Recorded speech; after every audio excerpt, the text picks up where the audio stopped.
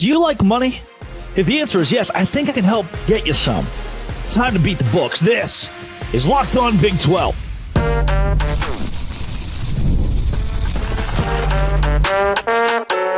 You are Locked On Big 12, your daily podcast on the Big 12 Conference. Part of the Locked On Podcast Network, your team every day.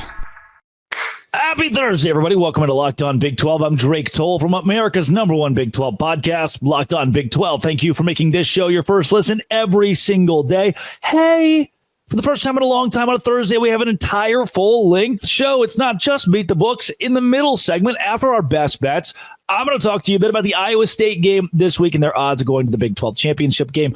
At the end of the show, our final segment, we'll get into Colorado and Kansas with the host of Locked On College Football, Spencer McLaughlin. Make his show your second listen every single day.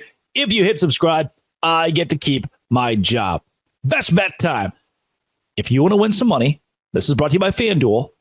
I would go with BYU plus 3.5 against Arizona State. I not only think the Cougars will cover 3.5, I believe that BYU eventually wins this game. I talk about that a bit more tomorrow in my predictions for this week in the Big 12, where I predict every game. But BYU is not playing their best football. Arizona State is. It is just a matter at some point of the Jimmies and the Joes. And for BYU, they have such a good defense when it comes to the secondary against the pass and the interior against the rush. BYU, 17th in the country against the run, 11th against the pass. That is very good. And what's also tough about this for Arizona State, the computer, by the way, says BYU wins at 29-26, the final score. For Arizona State, they are 87th in the nation on defense on 3rd and 4th down. While they've been consistent against the rush and the pass, they haven't been very good on late downs. BYU's offense hasn't been good on 3rd and 4th down. That, for sure, that is absolutely the case here. But even still, when that's an immovable or a movable object against a stoppable force, I would rather have the worst offense there, because the defense that's cheddar cheese on late downs is not Swiss cheese. Cheddar's like a solid. Swiss cheese on late downs is not good. I'm going to side with BYU, and I'm going to take them plus 3.5. If they lose 29-26, they lose 24-21, you still win that bet. Give me BYU in our first best bet of this week. Second best bet, Colorado. The Buffs are playing at Kansas this week. I am not concerned about the Buffs. The reason why, Shedeur Sanders and Travis Hunter, that's part of it, but the whole more so. The fact that those guys are Heisman level and their cast of characters around them is so solid that you shouldn't struggle against a Kansas team that doesn't have the same horses in the stable, and they don't have as much momentum as I've given them credit for over the course of this week. Are they playing good football? Yes. Are they playing better football than Colorado? No. Are they at home? Also, no. They're at Arrowhead Stadium, and that's not great. Colorado can't run the ball really well. Kansas can't play run defense very well. So I'm kind of taking those two things out of this and telling you that Colorado's 22nd ranked passing offense will beat Kansas 53rd ranked passing defense. And the Kansas offense has gotten better. The rushing game's good. Colorado's rushing defense is just okay, mediocre analytically. Kansas could run the ball. They just struggle so much to throw it. Jalen Daniels has been a turnover machine. Give me the Buffs this week. Give me the Buffs to win it by 7 or 10 or 13, somewhere in that category. And each of those will cover 3.5. We're talking about a ranked Buffs team against 3 and 6, now 4 and 6 Kansas. I'm going to go Colorado. Don't overthink it. Iowa State against Cincinnati, -6. Siding with the Cyclones here. And part of this is, again, that momentum word. Cincinnati doesn't have a ton of it. And sorry, what do you mean Iowa State and Cincinnati? What a silly goober. Utah against Iowa State. Why does the graphic say Cincinnati? Iowa State versus Utah. What? In this game, against the Utes, by the way, I think Iowa State wins it by 10. This is a blowout. The computer says 31-20 will be the score between Iowa State and Utah. The Utes just don't have an offense. I do believe that Iowa State's offense can put up 27 or 30 in this. And I don't think Utah can put up with that kind of scoring output. I don't think they will. So give me Iowa State to go on the road. I know Rice-Eccles Stadium is a tough place to win, but it really hasn't been for assorted opponents this season.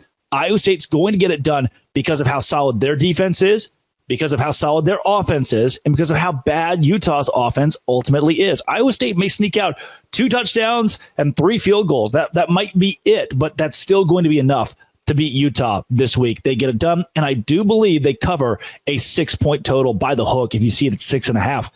Texas Tech at Oklahoma State, minus 3.5. Don't overthink it.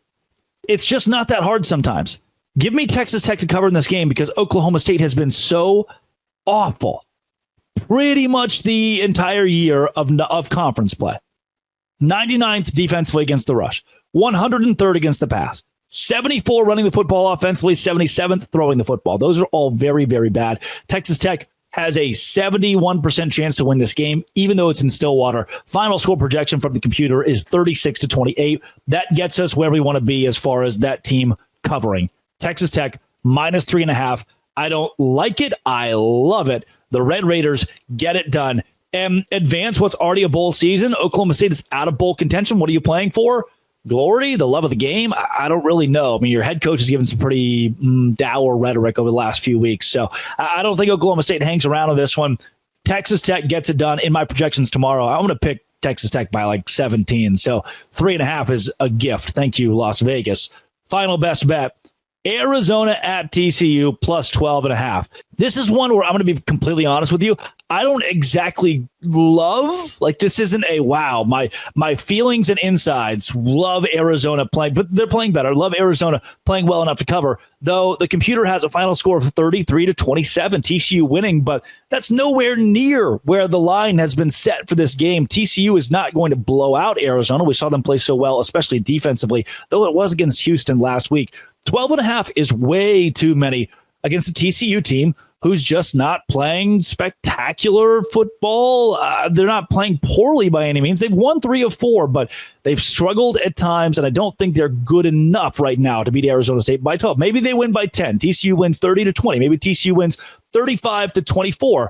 Arizona still covers. Horned Frogs win for sure. Arizona hangs around and makes this thing interesting. Those are the best bets this week. BYU at Arizona State plus 3.5. Maybe even take that money line. Colorado at Kansas minus 2.5. Iowa State at Utah minus 6 this week. Texas Tech at Oklahoma State minus 3.5. Arizona at TCU plus 12.5 as well.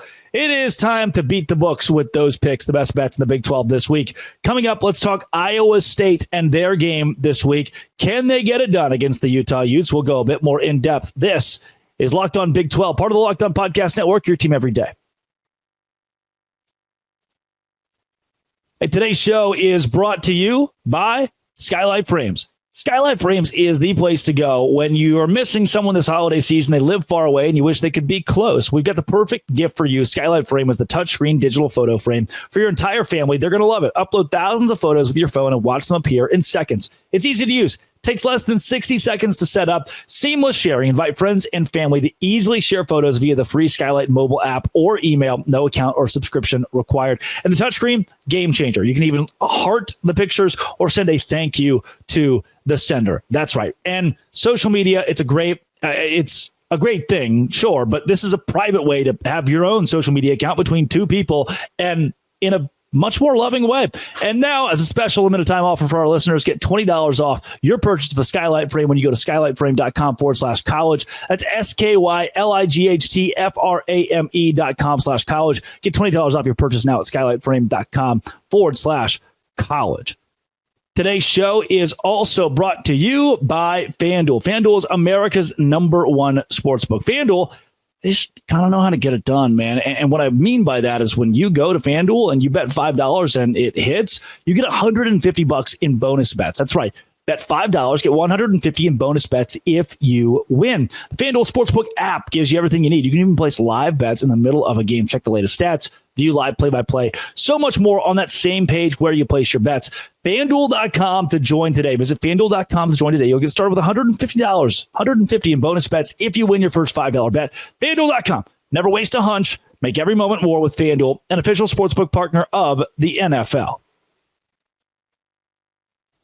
Is Iowa State, Drake, the forgotten team of the Big 12? They don't control their own destiny, but all they need is Colorado or Arizona State to maybe drop a game, and they're kind of right back in it. What are your thoughts on Iowa State overall? The first thing we have to consider with Iowa State is that at some point every season, your expectations reset. If you're looking at BYU, Iowa State, Arizona State, Colorado, all of those schools preseason, you say, hey, you go 8-4 this year. They're going to be elated. Those fan bases are so happy. What a bounce back year. But then at some point, you start winning enough, every expectation resets. And we were talking just 3 weeks ago about undefeated Iowa State against undefeated BYU in the Big 12 championship game. And then could we see Kansas State sneak in with a couple of losses as an at-large, or Colorado do the exact same thing? Now we're talking about a BYU team not playing at its highest level and an Iowa State team certainly not playing at its highest level. I think you are wholly disappointed if you're an Iowa State fan with those reset expectations of where they are. You could still very well finish this regular season at 10-2. You should win this week, and you very likely win against Kansas State at home.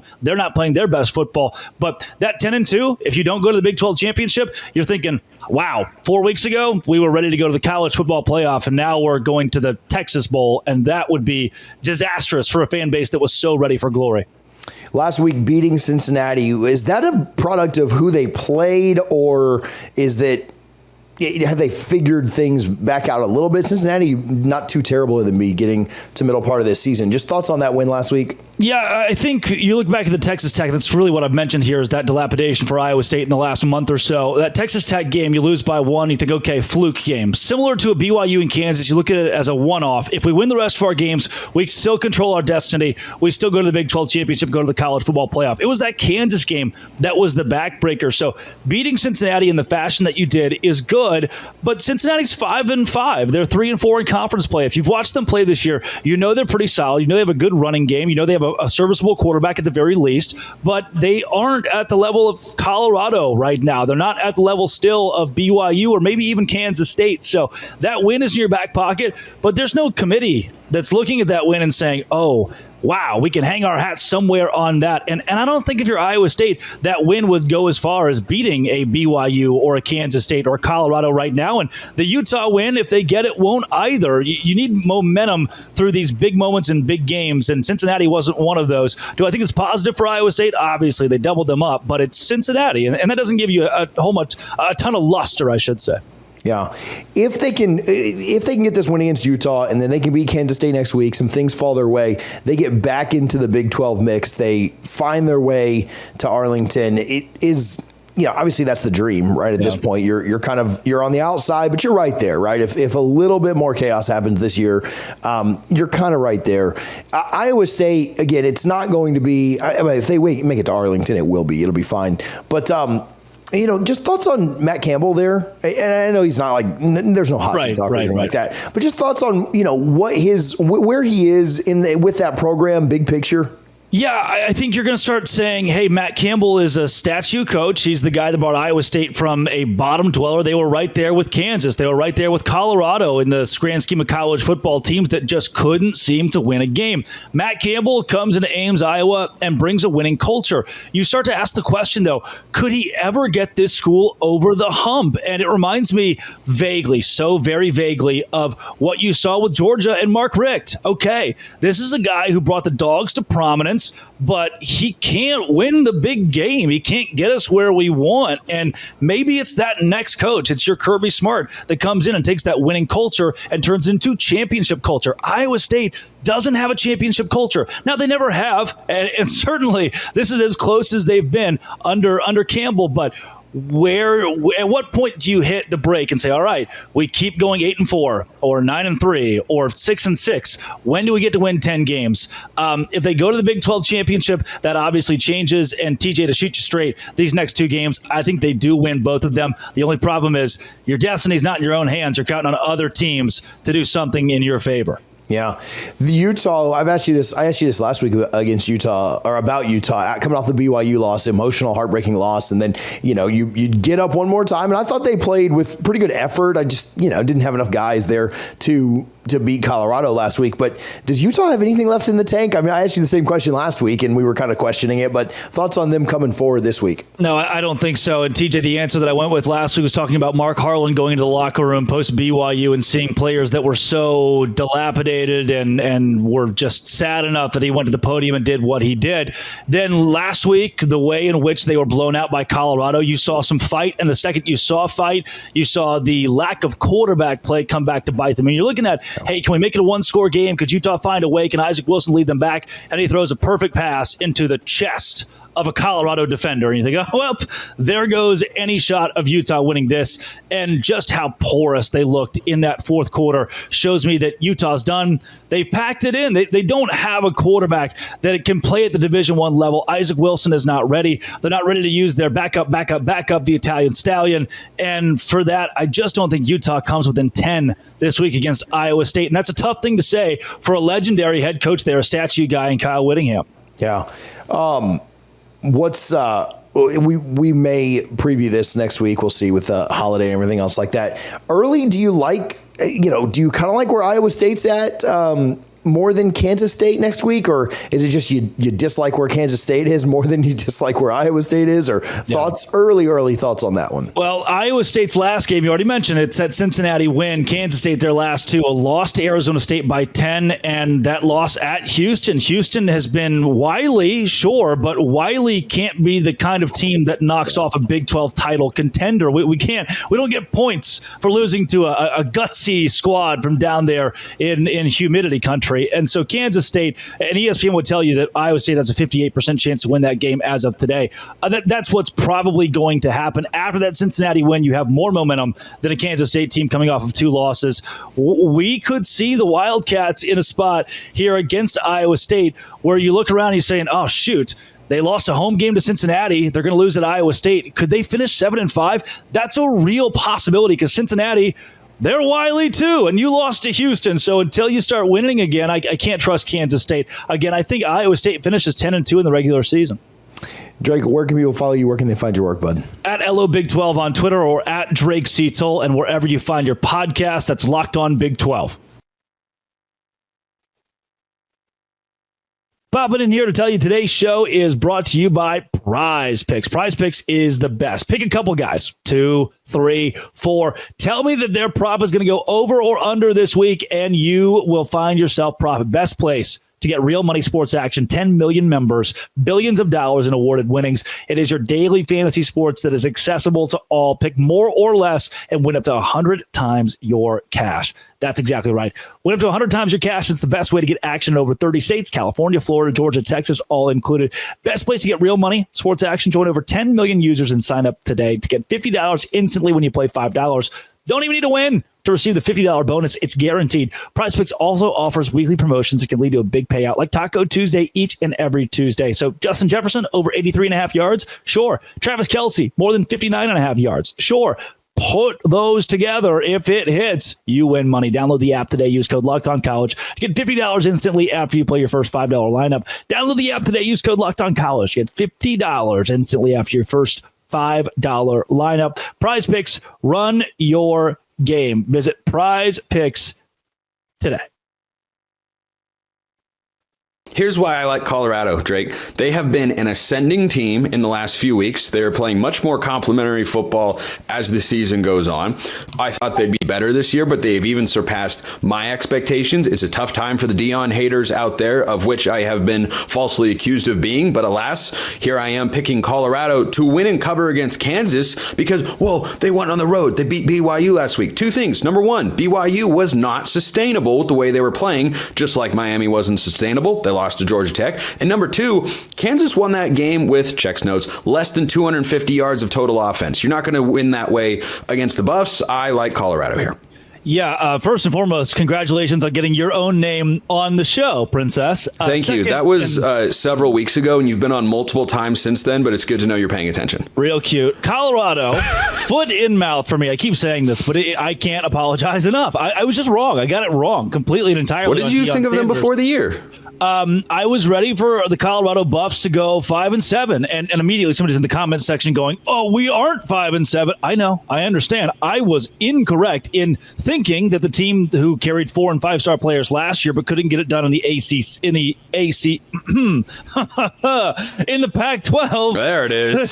He found it. He got there eventually. Hello, a little bit too much cold brew. Couldn't get it done in the Big 12, and you're seeing that from Utah, and you're seeing it from Arizona right now. It's just tough to adjust the conferences. Not if you're Colorado or Arizona State. Both those teams. I was going to say, you better be shouting out the Sun Devils in there. Yeah, exactly. And now with where the Buffs are, completely surprised from my standpoint. I know a lot of Buffaloes fans would claim that they weren't. They were ready for this to happen. They are the most talented team on paper in the entire Big 12. When you talk about 4 and 5 stars, go back to 24/7, and it hasn't been Jimmy Horn Jr. like we thought. It hasn't been an improved run game like we thought. It hasn't been a dominant offensive line, a better offensive line for sure, but not dominant whatsoever.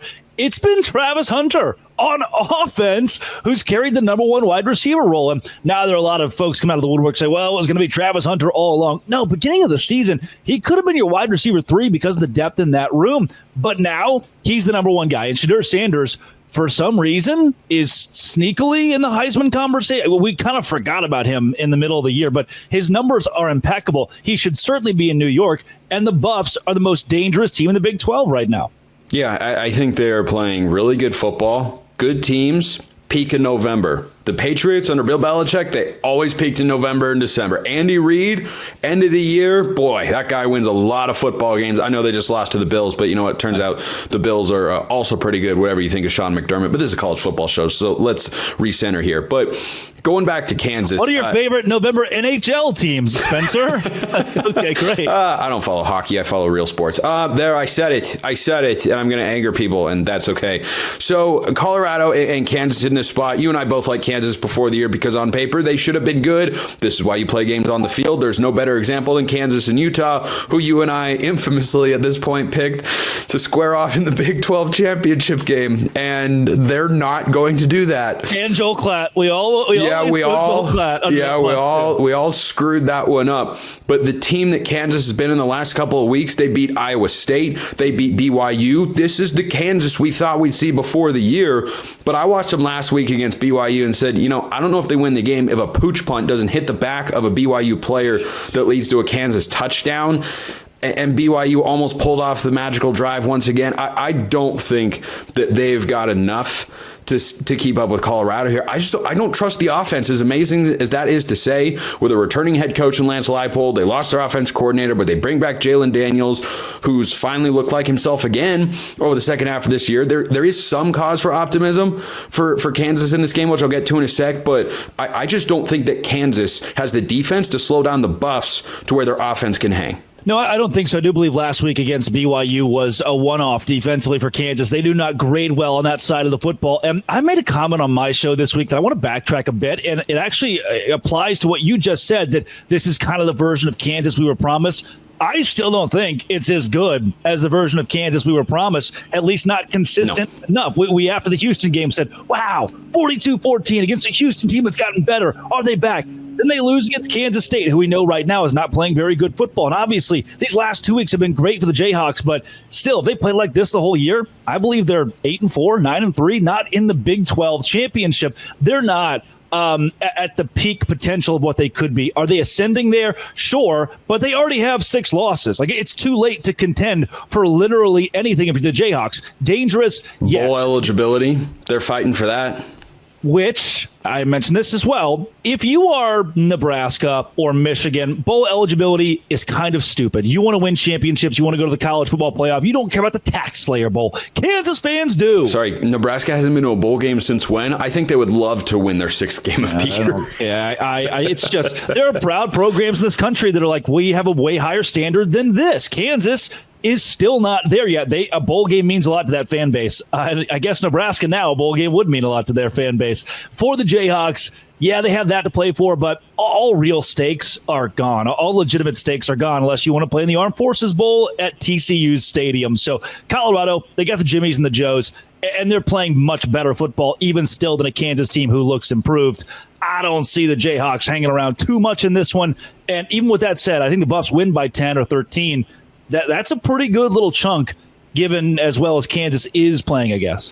Here's the sliver of hope and the olive branch I'll extend to the Jayhawks fans out there that gives me some inclination as to why Vegas has this as a 3-point spread, according to our friends at FanDuel, America's #1 sportsbook. Which will be covered, by the way. Jeez. Yeah, I completely agree.